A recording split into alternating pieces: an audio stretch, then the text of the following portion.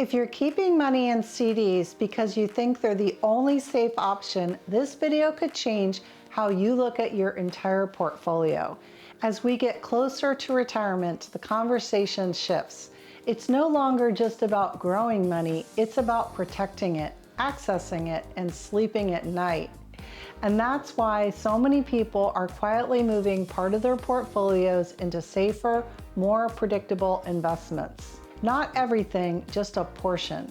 Today, we're talking about guaranteed and predictable alternatives to CDs, how to research them, and how much of your money should really be safe, and what to do if you don't fully trust the system anymore.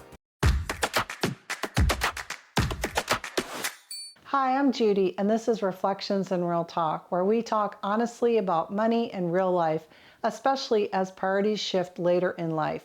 This isn't about fear, it's not about predictions, it's about understanding your options so your money is working with you, not quietly against you. I also want to add a personal note. Many people I talk to are highly suspicious of the stock market, regardless of all the facts that can be produced about the historical averages over the past 100 years. They still lack trust. I personally don't agree with this approach, and for my own investments, I would say that 1 to 3 years emergency cash should be an adequate buffer against sequence of return risk. Why are people rethinking CDs? CDs, or certificates of deposits, have long been the go-to safe bet for guaranteed returns, but today's rates aren't always worth the lock-in, especially if you might need money sooner. And with the Fed adjusting rates, some alternatives now beat CDs on both flexibility and return. They still have a place, but safety today means more than guarantees. It means, can I access my money?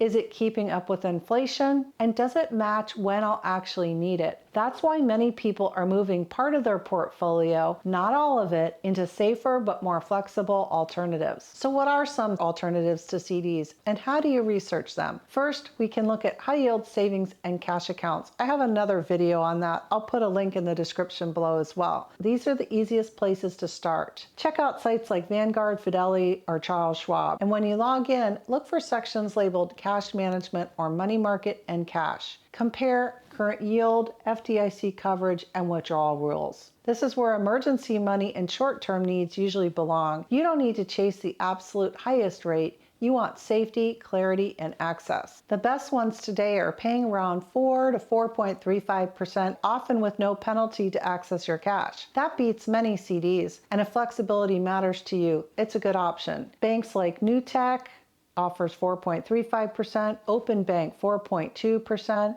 Treasury bills and notes. Treasuries sound intimidating, but they're actually one of the simplest investments out there. So how do you research Treasury bills? Again, going to sites like Vanguard, Fidelity, or Schwab, search for Treasury bills, Treasury notes, and you'll see maturity dates for 3 months, 6 months, a year, etc.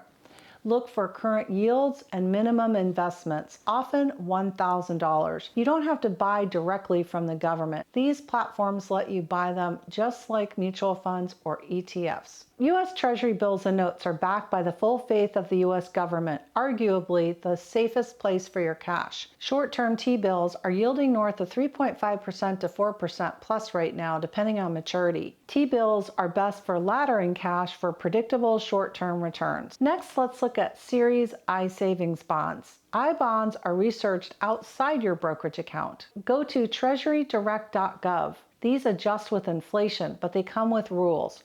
They're best for money you don't need right away. If you hate inflation eating your returns, I-bonds are a standout. Today's I-bond composite rate is 4.03%. That includes a fixed portion and a variable inflation-adjusted component. So how do you research them? Again, go to Treasury Direct. Look up current composite rate, holding requirements, and annual purchase limits. These are especially appealing for money you won't need right away, but you want protected from inflation. Cautionary warning, you must hold them for at least 1 year, penalty if redeemed before 5. If this is helping you to think more clearly about safe money, please like this video, subscribe, and share it with somebody who's still relying only on CDs. Next, let's look at fixed annuities for longer goals.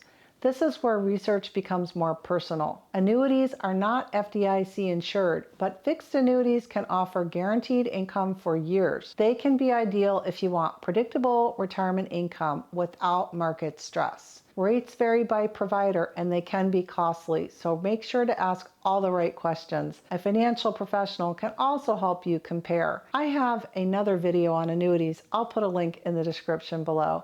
And how do you research annuities? Start with the insurer's financial strength ratings, surrender periods, and guaranteed rate period. Compare quotes across providers, not just one. And this is where tools like Bolden financial planning software really help. You can see how guaranteed income fits into your overall plan without guessing. So just how much of your money should be in safe investments? This isn't about fear, it's about matching your money to your life. If you'll need cash in the next 1 to 3 years, it probably shouldn't be riding the stock market roller coaster. So how do you use these tools together? You don't need to choose just one. Here's a smart cash ladder approach. Number 1, emergency fund, a high yield savings account for liquidity. Number 2, short-term goals, T-bills laddered across maturities. Number 3, inflation hedge, I-bonds. You're not locking up all your money on the same date. Different bonds become penalty-free at different times. You create flexibility for future spending or emergency. Number 4, retirement income, fixed annuity if appropriate.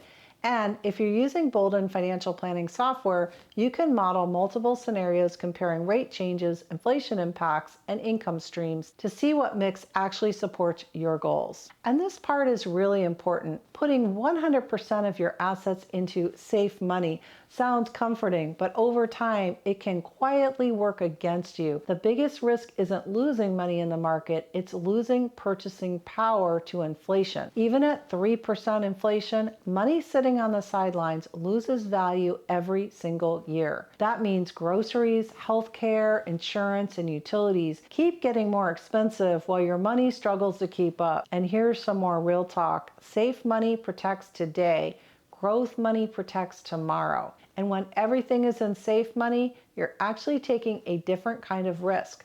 The risk that your money won't last as long as you do. That's why balance matters. Safety gives you peace of mind, but growth gives your plan a future. And for those visual learners like me, the person walking hard on a treadmill is all safe money, no progress.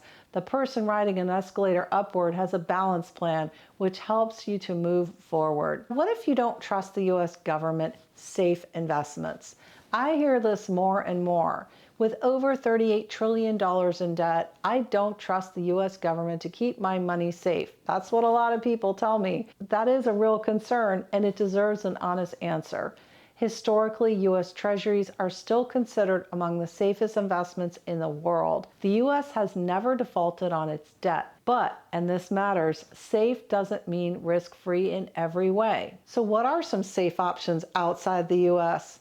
There are ways to diversify safe money beyond the United States, but they come with trade-offs. They include foreign government bonds, global money market funds, and foreign currency cash holdings. Once you go outside the United States, you're actually trading credit risk for currency risk. A German or Canadian government bond may be stable, but if the dollar strengthens, your return can shrink. And many foreign bank accounts don't have the protections like FDIC insurance. Here's an important caution. So while international diversification can make sense, especially for growth assets, it's usually not where most people park their sleep well at night money. For everyday retirees, foreign safe investments often introduce more complexity, more moving parts, and more things to worry about, not fewer. Now, let's talk about another popular topic. What about gold, silver, and precious metals? Gold and silver come up a lot in these conversations today. They don't rely on a government promise, they can't be printed, and for some people, that provides emotional comfort. But precious metals don't produce income. There's no interest, no dividend, and no guaranteed return. They're better thought of as insurance, not income. For those who use them, metals are usually a small slice, often 5% to 10% of a portfolio. When they grow beyond that, they can increase volatility instead of reducing it. So let's put this all together. What most people end up doing is this. They keep their core safe money simple and liquid. They diversify growth globally and avoid putting fear in the driver's seat. This is also where Bolden financial planning software helps. You can model different mixes, test inflation scenarios, and understand trade-offs before making changes. Tell me in the comments, what guaranteed return strategy are you seriously considering? High yield savings, T-bills, I-bonds, or something else? Don't forget to like and subscribe if you want more ways to put your money to work safely. See you next time.